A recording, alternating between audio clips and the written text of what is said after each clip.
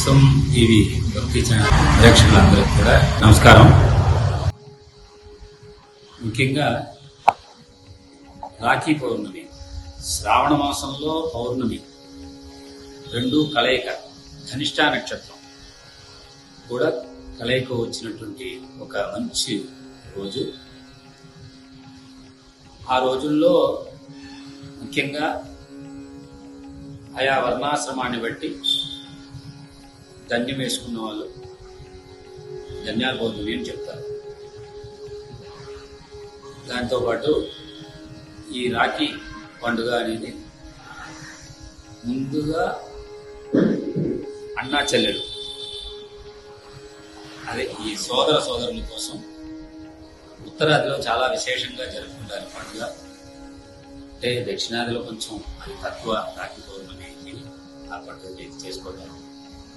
ఇక్కడ ధన్యాల పౌర్ణమి ఇదంతా చాలా విశేషంగా చేసుకుంటారు. అది ఎల్లుండి శుక్రవారం ఉంది. ఎల్లుండి ఉదయం పౌర్ణమి ఉదయం దాకా ఉన్నప్పటికీ రేపు అంటే రిక్కిచు సామ అని 4 విధాలుగా ఇది ఉంటుంది శాఖ. అందులో రిక్కిచు సామ శాఖ వాళ్ళకి రేపు ఎల్లుండి ధనిష్టా పౌర్ణమి, యాక్చువల్గా దీన్ని ధన్యాల పౌర్ణమి అని చెప్తారు. ఆ కార్యక్రమం ఉంది, చాలా విశేషంగా చేసుకుంటారు. అలాంటిది రాఖీ పౌర్ణమి గురించి ముఖ్యంగా చెప్పాలంటే ఉత్తరాదిలో చాలా విశేషంగా జరుపుకుంటారు. అదే అలాగా ఇది కొన్ని సంవత్సరాలుగా అంటే తరతరాలుగా కూడా ఈ పండుగని విశేషంగా సోదరులందరూ కూడా ఒకరికొకరు ఒక రాఖీ అనేది రక్షాబంధం కట్టుకొని అందరూ కూడా సరదాగా జరుపుకుంటారు. ఇది ఒక మంగళప్రదమైనటువంటి కార్యక్రమం. ఇదంతా కూడా ఒకరికొకరు ప్రేమ అభిమానాన్ని పెంచుకోవడానికి మన హిందూ సాంప్రదాయంలో ఈ పండుగలంతా కూడా చాలా మట్టుకు అందుకనే ముందుకు వచ్చాయి. చాలా మట్టుకు ఋషివర్యులు ఇవంతా కూడా మనకి సాంప్రదాయ పద్ధతిలో మనకి అందజేశారు, పెద్దలు అందజేశారు.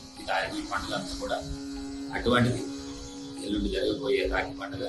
ఈ పర్వదినాన్ని అందరూ కూడా లోకమంతా ఒకరు అన్యోన్య భావంతో శ్రద్ధగా ఆయురారోగ్య ఐశ్వర్యాలతో సుఖంగా జీవించాలని సదా ఆ భగవంతుడిని ప్రార్థిస్తూ నమస్కారం.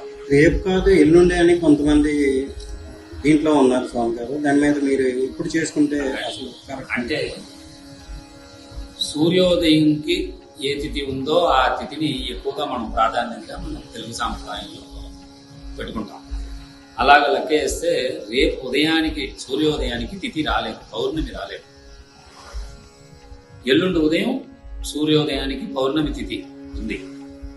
ఇందులో ముఖ్యంగా ఏంటంటే పౌర్ణమి అనేటప్పటికీ చంద్రుడికి ప్రాధాన్యత ఎక్కువ అయినప్పటికీ ఈ ధన్యాల పౌర్ణమికి ధనిష్టా నక్షత్రం కంపల్సరిగా కలిసి ఉండాలి. అందుకోసమని ఉపాకర్మ అనేటువంటి ధన్యాల పౌర్ణమి రేపు చేసుకోవచ్చు, ఎల్లుండు రాఖీ పండుగ చేసుకోవచ్చు. అసలు దీనికంటూ టైం ఏమైనా ఉందా, రోజంతా చేసుకోవచ్చు అంటారు? అలాగని కాదు, ఏ పండుగ అయినా సరే తెల్లవారుజాము నుంచి చేసుకుంటేనే ఆ పండుగకు ఒక స్పెషల్ ఉంటుంది. కొన్ని పండుగలు ఉంటాయి రాత్రుల్లో చేయవలసినటువంటి పండుగలు ఉంటుంది. మిగతాది ఏదో కూడా దేవతా కార్యక్రమం ఏదైనా సరే మాక్సిమం తెల్లవారి పూట చేసుకుంటేనే విశేషంగా ఉంటుంది. అసలు రాఖీ పండుగ సందేశం ఏంటి అసలు? మెయిన్ సందేశం అంటే ఒక అన్న చెల్లెలు, అక్క తమ్ముళ్ళు వీరందరూ కూడా ఒక ఈ రోజుల పరిస్థితి వాతావరణం అంతా కూడా వేరేగా అవుతుంది కాబట్టి ఒక అన్యోన్య భావన, ప్రేమ, అభిమానాన్ని పెంచుకోవాలి. దాన్ని బట్టి సమాజంలో కూడా మన సమాజానికి కూడా అది ఒక మంచి పుష్టి, ఆరోగ్యాన్ని ఇస్తుందని నా యొక్క అభిప్రాయం.